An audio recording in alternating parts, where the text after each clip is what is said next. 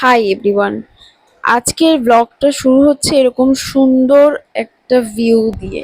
আগের ব্লগে তোমরা নিশ্চয়ই শুনেছো যে আমাদের সুন্দরবন যাওয়ার কথা, কুমিরমারি যাওয়ার কথা কন্যা যাত্রী হিসেবে। ইয়েস, আমরা ঘুরতে যাচ্ছি না, আমরা বিয়ে বাড়ির জন্য কুমিরমারি যাচ্ছি কলকাতা থেকে। তো আজকে হচ্ছে সেই দিন। সকালটা এরকম ভাবেই আমাদের শুরু হলো যখন আমরা বাড়ি থেকে নেজার যাচ্ছিলাম। হাসনাবাদ লোকালে এরকম ভাবে ট্রেনের মধ্যে ছোলা মাখা, পাঁপড় সমস্ত কিছু খেতে খেতে এনজয় করতে করতে ওইখানে গিয়ে পৌঁছলাম। তারপর সেখান থেকে চেঞ্জ করে চলে গেলাম ফেরিঘাট। এখন আমরা কন্যাযাত্রী হিসেবে যেরকম আগের ব্লগে বলেছিলাম যাচ্ছি হচ্ছে ফেরিঘাট। ফেরিঘাট থেকে লঞ্চ ধরে যাব হচ্ছে কুমিরমারি। এখান থেকে আমরা মোটামুটি ড্রেস করে চুল টুল বেঁধে এরকমভাবে রেডি হয়ে গেছি। বাকি যেতে আমাদের 3 থেকে 3.5 ঘন্টা লাগবে। তো লঞ্চে বসে আমরা মেকআপ করবো। সবার অবস্থা এরকম, সবাই শাড়ি জামা কাপড় গয়নাগাটি পরে চুল টুল বেঁধে রেডি। মেকআপ আমরা লঞ্চে গিয়েই সেই আবার সুন্দর সুন্দর ভিউ দেখতে দেখতে আমরা আপাতত ঘাটের দিকে যাচ্ছি। এই যে এখান থেকে আমরা আসলাম ঢুকে, যে মা, এই যে আমাদের লঞ্চ দাঁড়িয়ে এখন ভাটা পড়ে আছে এখানটা পুরো। এরকম হচ্ছে এদিকের অবস্থা। একটা নৌকো,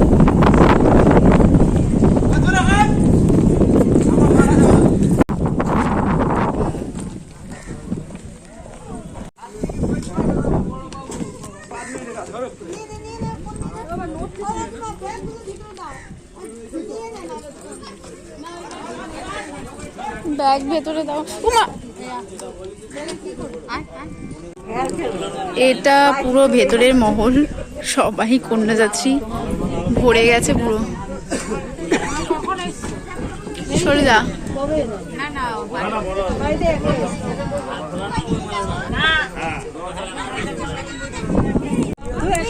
এটা হচ্ছে রিয়েলিটি।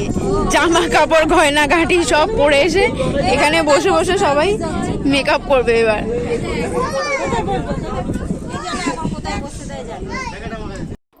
এখন এখান থেকে আমাদের লঞ্চ ছেড়ে দিয়েছে।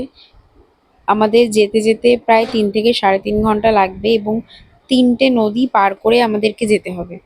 যখন কিছু দূর এগিয়েছি তখন দেখছি যে এইরকম ভাবে মেঘ করেছে এবং বৃষ্টিও পড়ছে। একটা অদ্ভুত রকমের অনুভূতি হচ্ছিল। এতক্ষণে সবাই রেডি হয়ে গিয়েছিল। এমনিতে তো রিয়াদের বাড়ি থেকে সবাই শাড়ি গয়নাগাটি পরে চুল বেঁধে এসেছিল। এখানে এসে শুধু মেকআপ করে নিয়েছে এবং তারপরে মালা টালা লাগিয়ে নিয়েছিল। তো এই সমস্ত কিছু করে সবাই রেডি হয়ে গিয়েছিল। যেমনটা বললাম যে কিছু দূর এগোতে না এগোতেই এইরকম ভাবে মেঘ করেছিল আর বৃষ্টি পড়ছিল। নদীর মাঝখান দিয়ে তখন আমরা যাচ্ছিলাম। এই যে ভিউটা দেখছো, এই নদীটা তখন অনেকটাই ছোট ছিল। এই যে নদীটা দেখছো, এইটা প্রচুর বড় ছিল। এই দিকে এতটা পার, মানে এই পার ওই পার খুব দূরে দূরে ছিল। আর তখন লঞ্চ পুরো নদীর মাঝখান থেকে যাচ্ছিল, তার মধ্যে মেঘ করেছে, বৃষ্টি হচ্ছে, জলে এরকম ঢেউ। আহ কিরকম একটা অনুভূতি হচ্ছিল, মানে মিক্স অনুভূতি। প্রথমবার এরকম ভাবে যাচ্ছি, জলপথে ভয় লাগছে, আনন্দ লাগছে, আবার মজাও লাগছে এত সুন্দর সুন্দর দৃশ্য দেখে। মানে কি যে হচ্ছিল বুঝতে পারছিলাম না।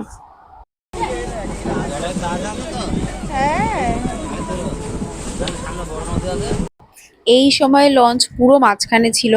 মানে দেখলে, ভিডিওতে দেখে আমি কতটা বোঝা যাচ্ছে জানি না, ওই সোজা পুরো নদীটা বেরিয়ে গেছে আর এদিকের একটা পার ওই দিকের একটা পার। মানে সামনে বসে এরকম ভাবে দেখছি। প্রথমত তো দেখতে জাস্ট দারুণ লাগছিল।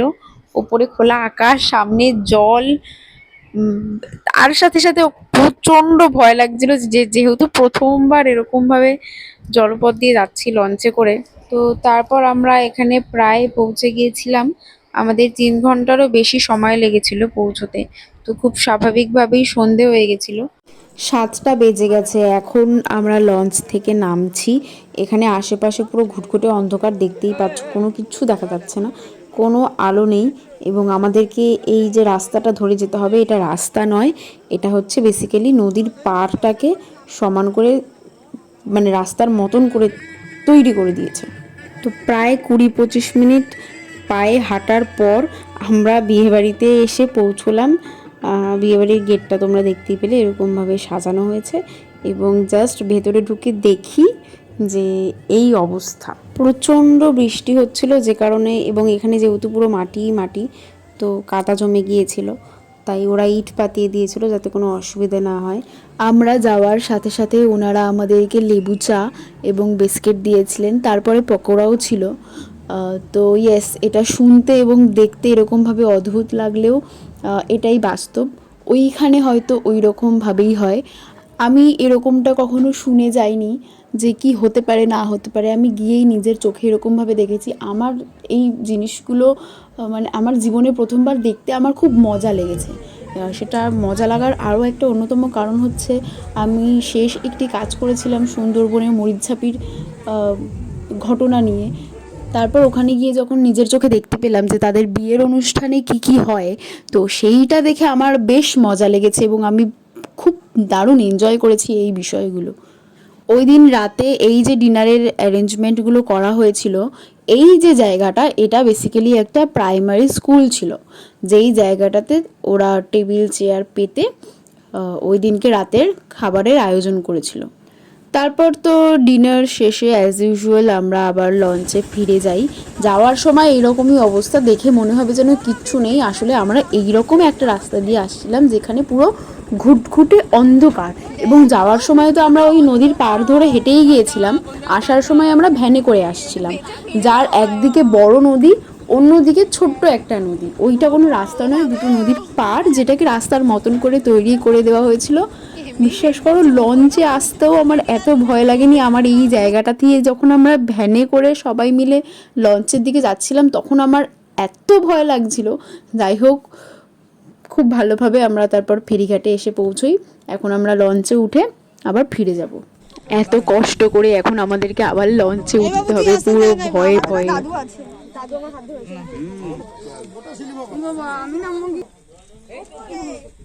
আস্তে আস্তে আস্তে সামনে রাখো, সামনে রাখো। এই হাতে ধরে, হাতে ধরে এইটাতে পা দেবো? হ্যাঁ, দে দে, তুই হাতটা দে।